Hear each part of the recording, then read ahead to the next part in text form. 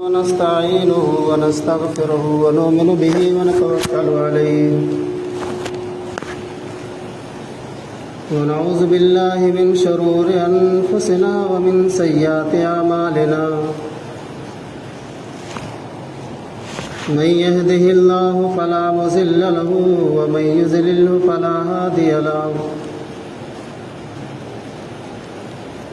وأشهد أن لا إله إلا الله وأشهد أن محمدا عبده ورسوله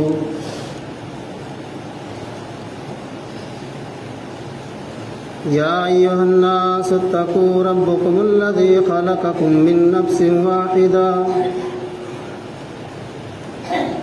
وخلق منها زوجها وبث منهما رجالا كثيرا ونساء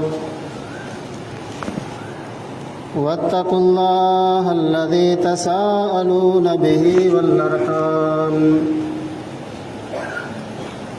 إن الله كان عليكم رقيبا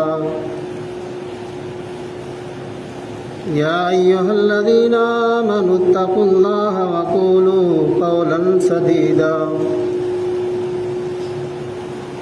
يصلح لكم أعمالكم ويغفر لكم ذنوبكم ومن يطع الله ورسوله فقد فاز فوزا عظيما يا أيها الذين آمنوا اتقوا الله حق تقاته ولا تموتن إلا وأنتم مسلمون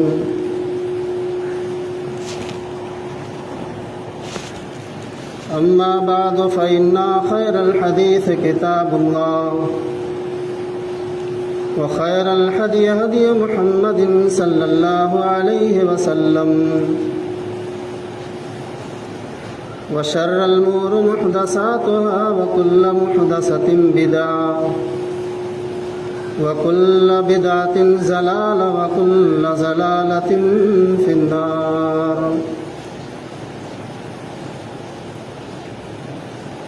فأعوذ بالله من الشيطان الرجيم بسم الله الرحمن الرحيم شهر رمضان الذي أنزل فيه القرآن وقال النبي صلى الله عليه وسلم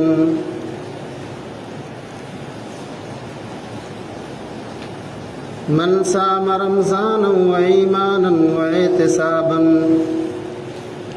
غفر له ما تقدم من ذنبه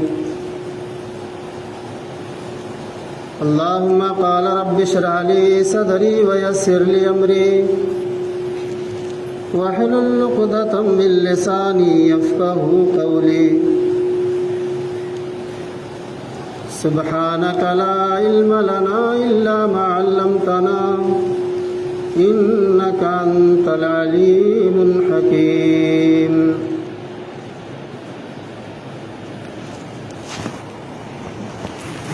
حمد و صلات کے بعد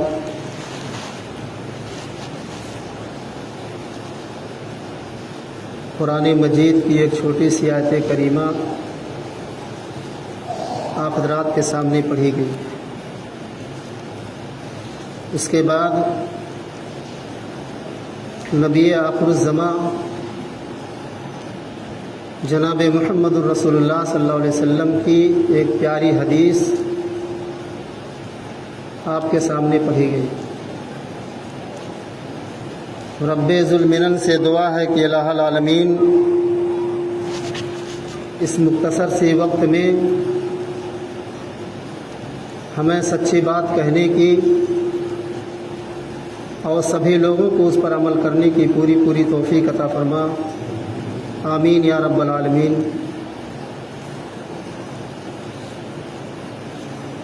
رمضان المبارک کا یہ 20واں روزہ ہے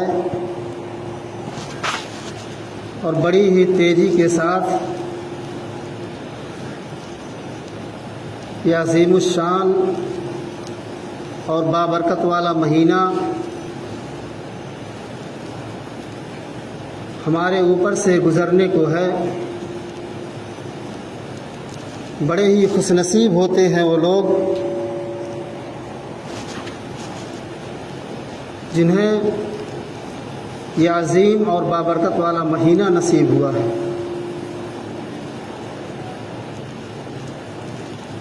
نبی کریم جناب محمد رسول اللہ صلی اللہ علیہ وسلم کے پاس مدینہ سے باہر،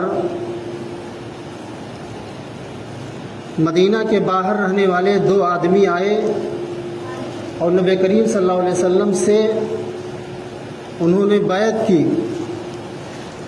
اور دونوں آدمی، دونوں صحابی بیعت وقت اسلام قبول کیا۔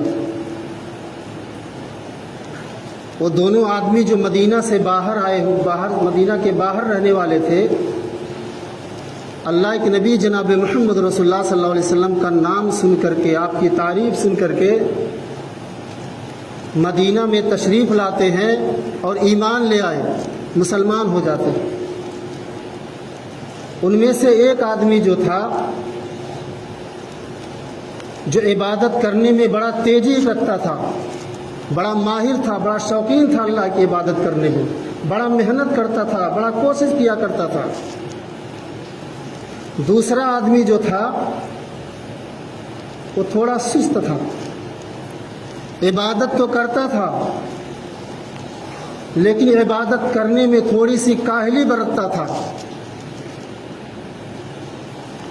پہلا آدمی جو عبادت کرنے میں بڑا تیز تھا، وہ اللہ کے راستے میں شہید ہو جاتا ہے، شہادت کی موت پا جاتا ہے ایمان لانے کے بعد۔ دوسرا آدمی 1 سال کے بعد، پہلے آدمی کی شہادت کر جانے کے 1 سال کے بعد سادھارن طریقے سے اس کی موت ہو جاتی ہے، دونوں مر جاتے ہیں۔ اس حدیث کے راوی حضرت ابو طلحہ رضی اللہ تعالیٰ عنہ بیان کرتے ہیں کہ میں نے خواب دیکھا کہ جو پہلے آدمی جس کا انتقال ہوا تھا، جو شہادت کی موت مرا ہے، حالانکہ شہادت کا مقام و مرتبہ رب العالمین کے ہاں بڑا اونچا ہے، اتنا اونچا ہے کہ اللہ کے نبی نے فرمایا کہ شہید کو مردہ نہ کہو، وہ اللہ کے ہاں زندہ ہوتے ہیں۔ جو اللہ کے راستے میں شہید ہو جائے، شہادت کا درجہ پا جائے، وہ اللہ کے نزدیک کتنا زیادہ اہمیت والا ہے، کتنا زیادہ مرتبہ والا ہے۔ وہ پہلے شہادت کی موت مر جاتا ہے پہلا آدمی، اور دوسرا آدمی 1 سال کے بعد مرتا ہے۔ جو عبادت میں سستی کیا کرتا تھا، کاہلی کیا کرتا تھا، اس کے باوجود طلحہ بیان کرتے، حضرت ابو طلحہ بیان کرتے ہیں کہ وہ آدمی جو سال بھر کے بعد جس کا انتقال ہوا، وہ سب سے پہلے جنت میں داخل ہوا، اور جو شہادت کی موت مرا وہ پیچھے جنت میں داخل ہوا۔ حضرت ابو طلحہ بیان کرتے ہیں کہ یہ واقعہ مجھے سمجھ میں نہیں آیا کہ جو نیکیوں میں سب سے زیادہ سبقت لے گیا ہو، جو شہادت کا درجہ اور مقام پایا ہو، وہ جنت میں سب سے پیچھے داخل کیوں ہو رہا ہے، اور جو سال بھر کے بعد جس کا انتقال ہوا، جو اللہ کی عبادت میں سستی اور کاہلی کیا کرتا تھا، آج وہ جنت میں سب سے پہلے داخل ہو رہا ہے۔ کیا معاملہ ہے؟ حضرت ابو طلحہ یہ واقعہ جناب محمد الرسول اللہ صلی اللہ علیہ وسلم کے پاس لے جاتے ہیں، اور اس واقعے کی تعبیر اور اس کا معنی اور مطلب سمجھنے کی کوشش کرتے ہیں اللہ کے نبی صلی اللہ علیہ وسلم سے۔ اللہ کے نبی فرماتے ہیں کہ اے ابو طلحہ، کیا تجھے معلوم نہیں کہ یہ جو سب سے پہلے جنت میں داخل ہوا ہے، جو 1 سال کے بعد جو مرا ہے، کیا اس نے ما یدرک الرمضان، کیا اس نے سال بھر میں رمضان نہیں پایا؟ کہا اللہ کے نبی سال بھر میں رمضان تو اس نے پایا۔ کہا رمضان جب پا لیا، رمضان کے روزے رکھے، قرآن کی تلاوت کی، اللہ کی ذکر و اذکار کیا، اپنے گناہوں کی معافی رب العالمین سے مانگی، کیا اللہ اس کی خطاؤں کو معاف نہیں کیا؟ کیا رب العالمین اس کے نام اعمال میں نیکیوں سے نہیں بھرا؟ یہی وجہ ہے کہ اس نے سال بھر کے بعد رمضان پا لیا، اس ناطے سب سے پہلے وہ جنت میں داخل ہوا۔ ہم سے پہلے جو انتقال کر گئے، دنیا چھوڑ کر کے چلے گئے، چاہے مرد ہو یا عورت ہو، وہ ہمارے مقام و مرتبے تک نہیں پہنچ سکتے ہیں، کیونکہ ہمیں رمضان جیسا بابرکت اور عظیم مہینہ نصیب ہوا۔ اتنا عظیم مہینہ ہے، اللہ کے نبی جناب محمد رسول اللہ صلی اللہ علیہ وسلم بیان کرتے ہیں کہ اذا جاء رمضان وفتحت ابواب الجنت، کہ لوگوں جب رمضان المبارک کا مہینہ آتا ہے تو رمضان کے دروازے جنت کے دروازے کھول دیے جاتے ہیں۔ ایک روایت کے اندر آتا ہے کہ آسمان کے دروازے کھول دیے جاتے ہیں۔ وغلقت ابواب النار، اور جہنم کا دروازہ بند کر دیا جاتا ہے۔ ایک مہینہ تک 30 دن تک مسلسل دنوں رات جنت کے دروازے کھلے رہتے ہیں، اور توبہ کا دروازہ رب العالمین کھول دیتا ہے۔ آدمی جو بھی دعا کرے جب روزے کی حالت میں ہوتا ہے، وہ اللہ کی عبادت میں ہوتا ہے، اللہ کی ریاضت میں ہوتا ہے۔ جس بھی حال میں رمضان المبارک کے مہینے میں روزہ رکھ کر کے کوئی مرد ہو یا عورت جس بھی حال میں اللہ سے دعا کرے، اللہ رب العالمین اس کی دعا کو قبول کر لیتا ہے۔ اللہ سے توبہ کیا کرو، یہ بابرکت مہینہ پا کر کے، عظمت والا مہینہ پا کر کے اپنے گناہوں کی معافی مانگو اللہ سے۔ اور یہ رمضان قرآن کا مہینہ ہے۔ قرآن بڑی ہی عظیم اور عظمت والی کتاب ہے۔ اللہ رب العالمین قرآن کریم کے اندر ارشاد فرمایا، شہر رمضان الذی انزل فیہ القرآن، ہم نے رمضان المبارک کے مہینے میں قرآن جیسی عظیم کتاب کا نزول فرمایا۔ اللہ رب العالمین نے قرآن کو اس عظمت والے مہینے میں نازل فرمایا، اور قرآن اتنی بڑی عظمت والی کتاب ہے جو ہم سال بھر کے بعد اپنے ہاتھوں میں پکڑتے ہیں۔ 11 مہینہ توفیق نہیں ہوتی ہے، ہم اس کو سجا کر کے جزدان میں بند کر کے یا تو کھوٹی پہ ٹانگ دیں گے یا تو تاکوں کی زینت بنا کر کے رکھ دیں گے۔ اتنی عظمت والی کتاب ہے۔ اللہ تبارک و تعالیٰ نے اس قرآن کریم کو جس مہینے میں نازل کیا تھا، جس مہینے میں، اس قرآن کی عظمت اور اس کی برکت کی وجہ سے اللہ تبارک و تعالیٰ نے شہر رمضان انزل فیہ القرآن عظمت والا مہینہ بنا دیا، بابرکت والا مہینہ بنا دیا اس قرآن کی عظمت اور اس کی برکت کی وجہ سے۔ اور اللہ تبارک و تعالیٰ نے اس قرآن کریم کو جس رات میں نازل کیا، وہ رات خیر من الف شہر، 1000 مہینوں کی راتوں سے بہتر ہو گئی، 1000 مہینوں کی راتوں سے بہتر ہو گئی۔ اور جو آدمی وہ رات پا گیا اور اس رات میں قیام اللیل کی، رات کو جاگا، اللہ سے توبہ کیا، قرآن کی تلاوت کی، ذکر اللہ کیا، اللہ کے حبیب فرماتے ہیں غفر لہ ما تقدم من ذنبہ، آگے پیچھے جو کچھ بھی گناہ اس نے کیا ہے، اللہ رب العالمین اس کے گناہوں کو صفایا کر دیتا ہے، معاف کر دیتا ہے، اور اس طریقے سے گناہوں سے پاک و صاف ہو جاتا ہے جس طریقے سے ایک سفید کپڑا جو بے داغ ہوتا ہے، ایک نونہال بچہ جو ماں کے پیٹ سے جنم لیتا ہے گناہوں سے پاک و صاف ہوتا ہے، ایسے اللہ رب العالمین توبہ کرنے سے اس کی گناہوں کو معاف کر دیتا ہے۔ قرآن ایک ایسی عظمت والی کتاب ہے کہ اللہ تبارک و تعالیٰ نے اس قرآن کریم کو جس شہر میں نازل کیا، وَهَذَا الْبَلَدِ الْأَمِينَ، وہ شہر امن والا شہر بن گیا، وہ شہر سکون والا شہر بن گیا، وہ شہر مکۃ المدینہ بن گیا۔